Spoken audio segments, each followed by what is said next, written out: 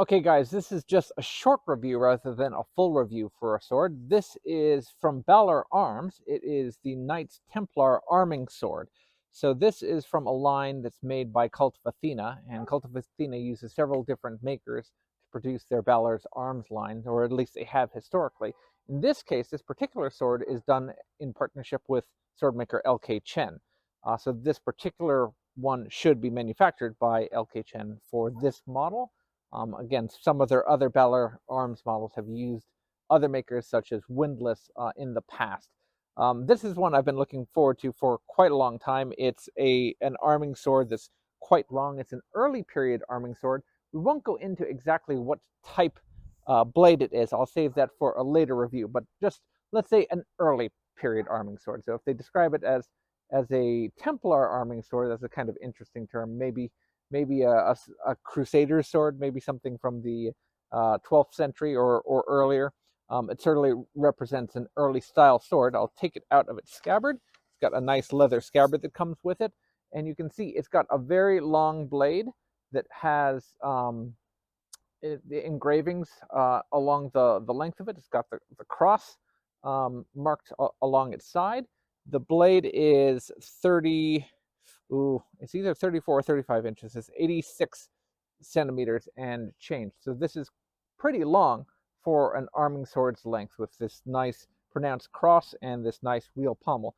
We'll go over all of the details again in a more up close and personal review. So this is more of a first impressions review.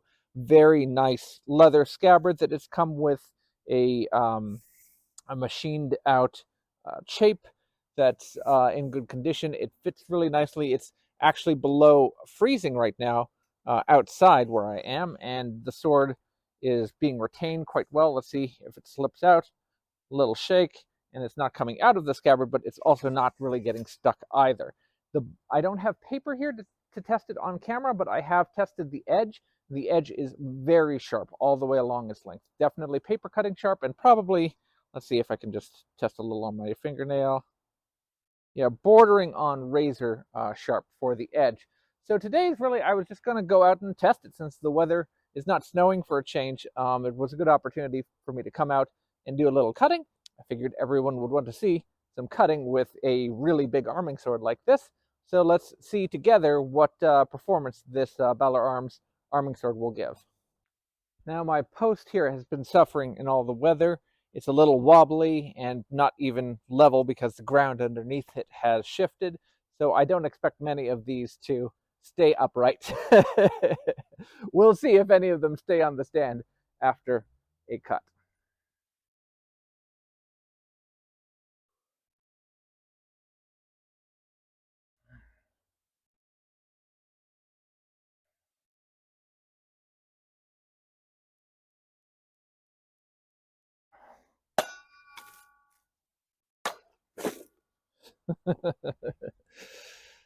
These are very, very clean cuts. It is just sailing through as if there's nothing there at all. Try a little bit harder plastic.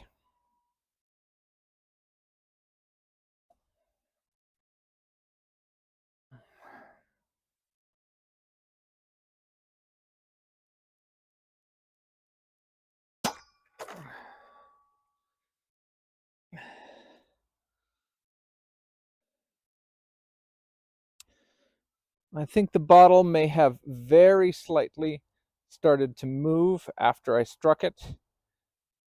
It's also possible that this bottle is, because the blade is so long, I haven't run the dynamics on it yet, but you can see that there's a decent amount of vibration along the blade. And as it starts striking the target, the blade will naturally flex.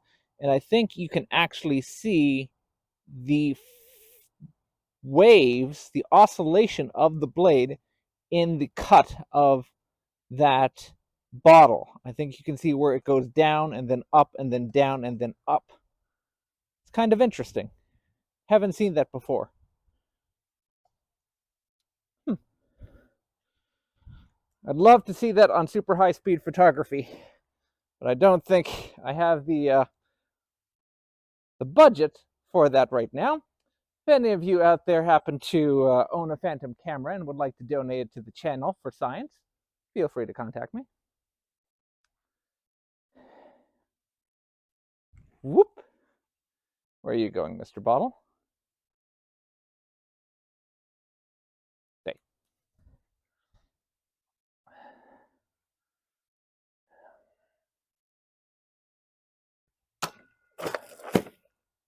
All right, so that's all we got for today, but I'm very impressed with how this performs.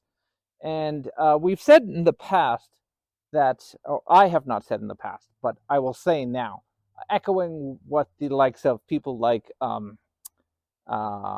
Matt Easton of Scala Gladiatoria and a few others, perhaps Scala Grim, has said before, blades from the early medieval period, so Viking type swords and beyond, that have these very wide, very thin cross sections, type Oakshot type 12 blades, for example, will have tremendous cutting capacity. Everyone who's thinking in terms of single-edged swords, things like katana, being incredibly fearsome cutters, they are, but a blade like this can deliver devastating cuts, even though it's a double-edged sword. So do not take for granted the cutting ability of a sword just because it's this shape instead of what you think of as a really cut-centric blade like the single-edged swords, which I do personally love a great deal. Okay, that's it for now. Until next time, guys, take care.